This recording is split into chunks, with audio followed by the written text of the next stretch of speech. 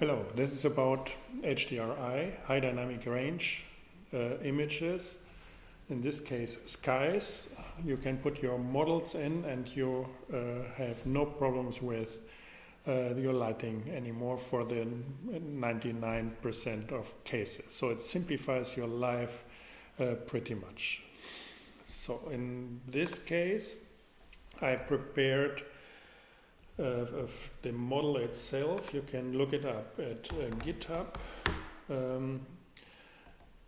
Digital architectonics.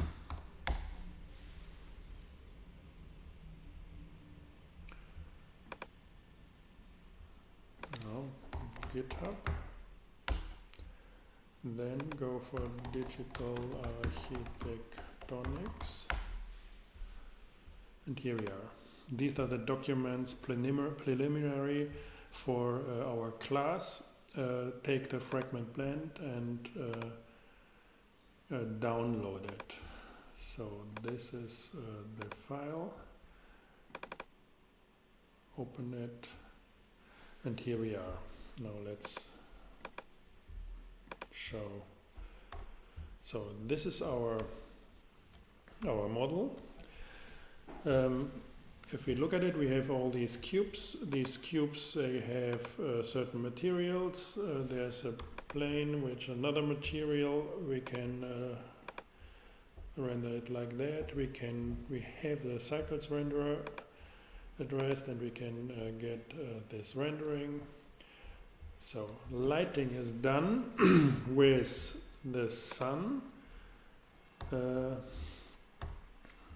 Here she has a certain position here, and she has a certain strength, and we have the world, which is the background color here with a certain strength. So we can put that up and down as well, put it to 1. So, or we can go with the sun, we can go up and down as well. We had it with 3. So this is the illumination. We get pretty nice results on an abstract level. So we have kind of plastic material, a little glossy, and we have directional light with a diffuse shadow, which is proper for in most cases. Now we want to have a more natural light. So with picture in the background, and we want to have this picture as a light source. To be able to do that, this picture has to be a 360-degree panorama, and we have to put that into the background. So this is the background, and we need in cycles, we need the nodes editor for that. It's here. Now we are with the lamp object. Here we are with the nodes for the background.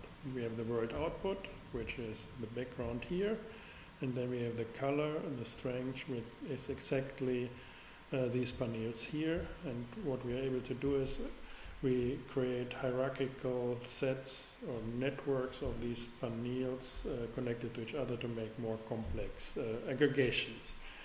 So we get a new texture. It's an environment texture, and we need to load our HDRI picture. We can get them here. I suggest 2 web pages. SILB archive. These are free pictures in medium resolution, but you can use them easily and are kind of attractive. I'm using this old industrial hall, and you will show that later. And another one is which very high quality HDRIs. This is HDRI Heaven, and I have the monk forests there. Yeah, look for outdoor. You see, very nice pictures. And later on we will, on later tutorials we will discuss how to do these kind of, create these kind of pictures. For example, for your building site, if you want to make a model and render it into your site, then take a picture and then you're done with the problems of lighting. So where is it? This is among the river walk, and this is amongst forest. And I really like it, and it works pretty well in a lot of cases. If you go here, you see they are very big files, so it's up to gigabytes if you want to have full resolution. But for light, you don't need this super high resolution. This is for if you want to take these pictures. And they are high because they have all these resolution in the whole panorama, 360 degree, and then you have a certain focus with the lens, and you still want to have a certain resolution in just the section you take a picture of. And by that you need all the pixels around as well, because you don't know which focus and which perspective you want to take later on. So, but for light, it's and for testing, it's good to have it. It's you can use these smaller files. So download it if you like. So I already did that. Go here for the skies, and we have the Monk Forest. I take the 28 megabyte. It's a 4K resolution. We have it here. Connected, and now in the cycles renderer we can see the result. So now our object is located in the center of a spherical picture, and this picture is high dynamic range, which means it's taken as the light source, and because of that you see all the reflections on this glossy surface.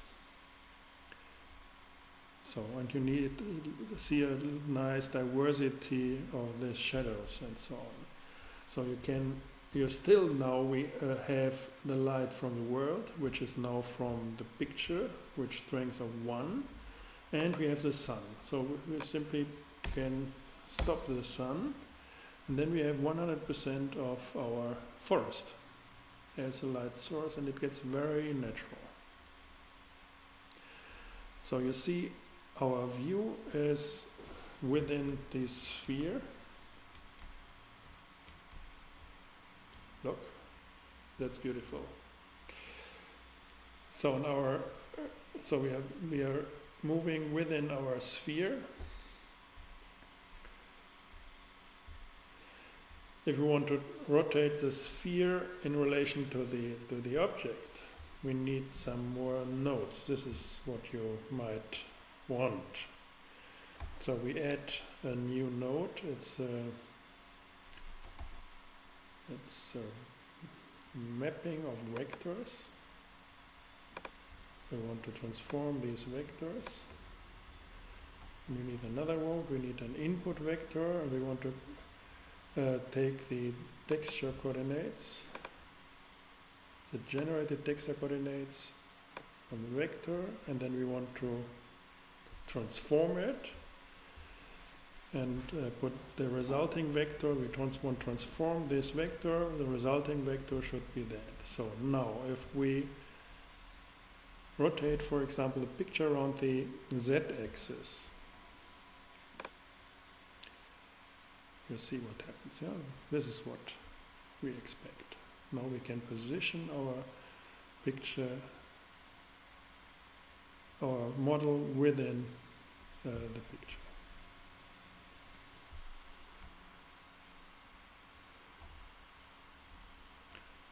So, and with that, the sun illumination and so on changed as well.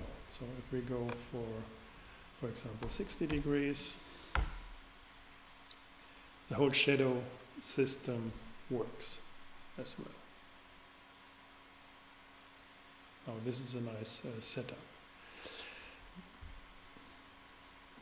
As we discussed earlier, all these nodes is always like code is a production system, so we can keep all the things but just change towards this old industrial hall. There's another environment. Go for this EXR. And now we put our model to a complete different environment. And you see everything changed. The mood, the surface is now reflecting another mood, another environment. And this is quite impressive. So if you have an architectural model, you simply need this HDR dome of your building site, and then you put your building, and that's it. So this is quite impressive. Go again here to adjust this, because I want to show you another aspect I find very impressive. So of course this is kind of fake, yeah? Now we, it's still a spherical picture, and now we adjust our perspective so that it somehow looks at this wall as built into this industrial hall. So the perspective now somehow works. So